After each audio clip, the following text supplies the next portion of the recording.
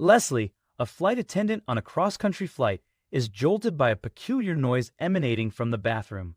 Unbeknownst to her, the child responsible for the sound will have a profound and enduring impact on her life. Leslie rubbed her temple with one hand as she headed to her plane. She had a throbbing headache to remind her of the night she had spent partying at one of the hottest clubs in Atlanta. "Amy," Leslie called when she saw her fellow flight attendant, "please tell me you have some headache pills." Amy looked at Leslie and rolled her eyes. "Of course I do, but you should know better than to party the night before a cross-country flight." "What else am I supposed to do? Visit museums?" Leslie sighed.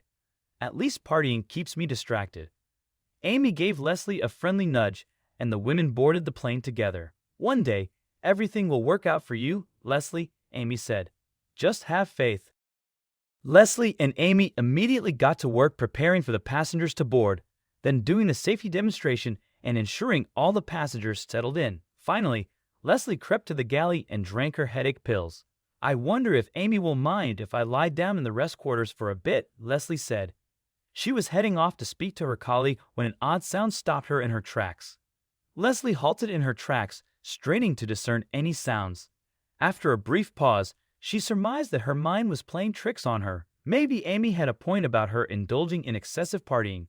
Despite her initial plans to explore multiple clubs upon arrival in Los Angeles, Leslie contemplated forgoing a few of them and taking it easy instead. As Leslie sauntered past the lavatory, she caught the unmistakable sound of a whimpering high-pitched noise once again. A feline on board seemed implausible, which meant it had to be a weeping child. Amy knocked on the bathroom door. When nobody replied, she opened the door and peeked inside. "A second later," she screamed. A moment later, Leslie realized the shuddering bundle that frightened her was a young boy. He'd been crying and looked up at her with tearful eyes. "Don't do that," Leslie said to the young boy who'd surprised her. "What are you doing in here?" The boy hugged his knees and started crying again. Now that she was over her shock, Leslie felt sorry for the boy. She crouched down in front of him. "I'm sorry I shouted," Leslie said. "You gave me a fright. I'm Leslie. What's your name?" The boy sniffed. "My name's Ben." Leslie helped the boy up. She let him sit in one of the crude jump seats while she searched the passenger list for his name.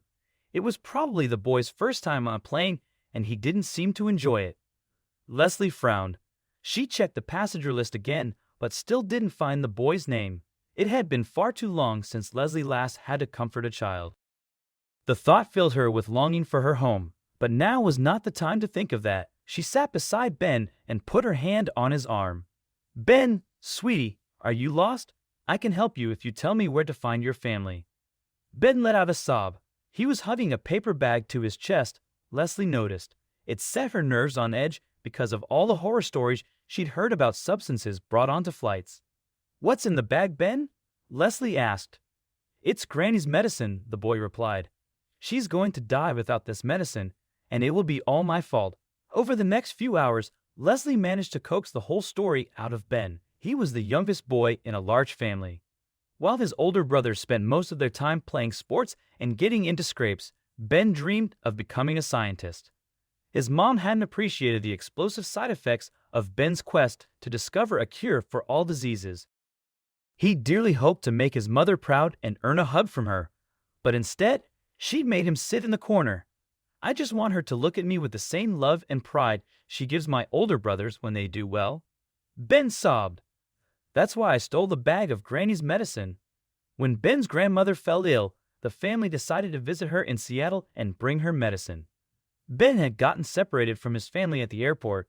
He eventually spotted his mother again and followed her onto the plane. "But she wasn't my mom," Ben wailed.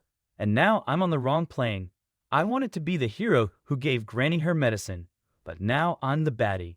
She's going to die because of me."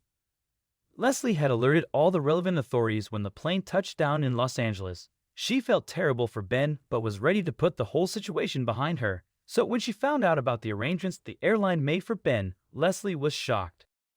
She stared at the boy she was now forced to look after and share her hotel room with. This wasn't fair. She'd made a list of clubs to check out in Los Angeles, but now she had to babysit instead. "This is the greatest gift I've ever received. I only hope it's enough."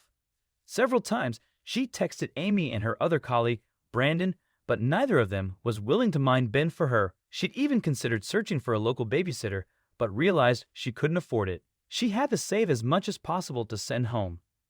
The pair were silently eating a pizza Leslie ordered for dinner when her phone rang. She answered it, and her stomach dropped when she heard what the caller said. "My baby is sick," Leslie asked. "What happened, Mom?" "Joe was doing well the last time we spoke. Have you taken him to a doctor?" "Yes," Leslie's mom replied, "and she referred us to a specialist. We have an appointment for later this week. They mentioned a genetic disease and they might need you to come in for tests too since you're his mom." "Whatever it takes, so long as my Joe gets better," Leslie replied. When she ended the call, Leslie curled into a ball and wept. She wished with all of her heart she could wrap her son in her arms, smell of his soft, curly hair, and tell him everything would be okay. Unfortunately, Joe was far beyond her reach. Her flight schedule hadn't taken her home in over a month. As much as she tried to forget her longing for her son by partying and getting wasted, nothing could stop her heart from aching. "Miss Leslie?" Ben approached and put his hand on her arm. "I think you should have these for your Joe." Leslie felt another wave of tears coming on as she looked at the bag of medicine Ben offered to her. "If I can't save my granny, at least I can help you," Ben said.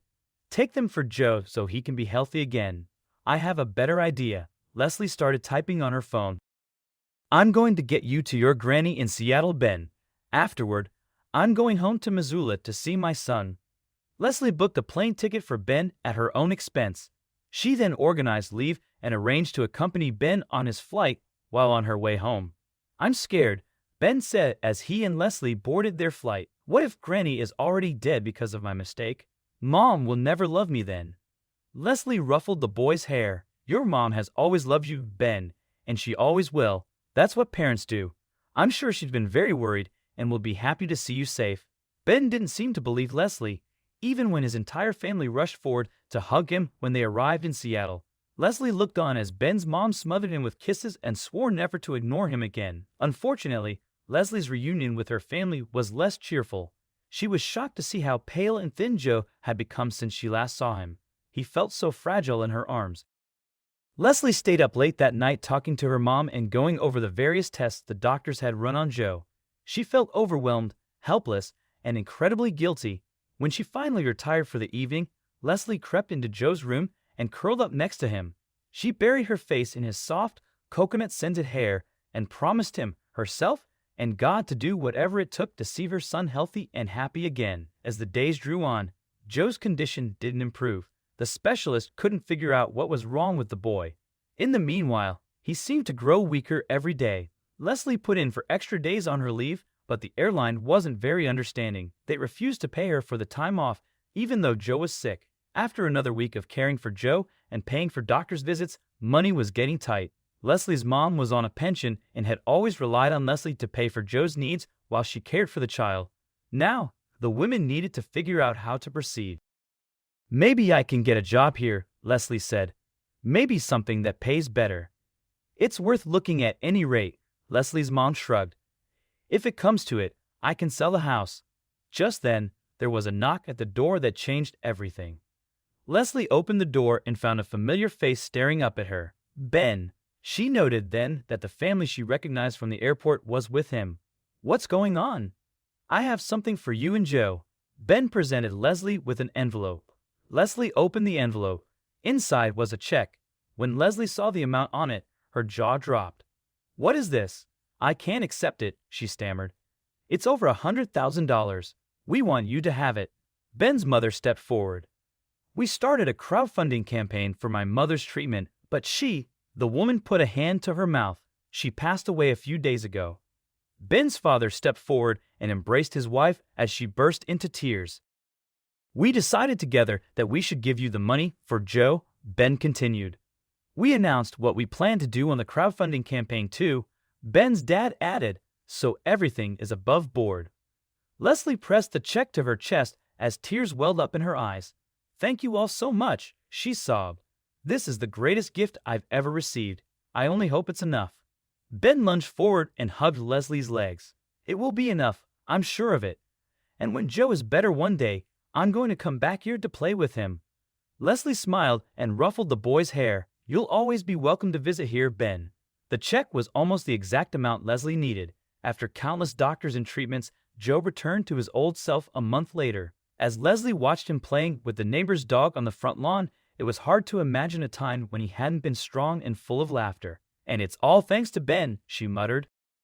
Leslie glanced up as the unmistakable sound of an airplane whizzing overhead caught her attention. She realized that her return to work was imminent. Suddenly, an idea struck her, a perfect way to show her gratitude for Ben's family's kindness. Without hesitation, she retrieved her phone and began dialing. The following day, she spoke to Ben's mother and informed her that the airline had extended a significant discount on all flights for their family for the rest of their lives.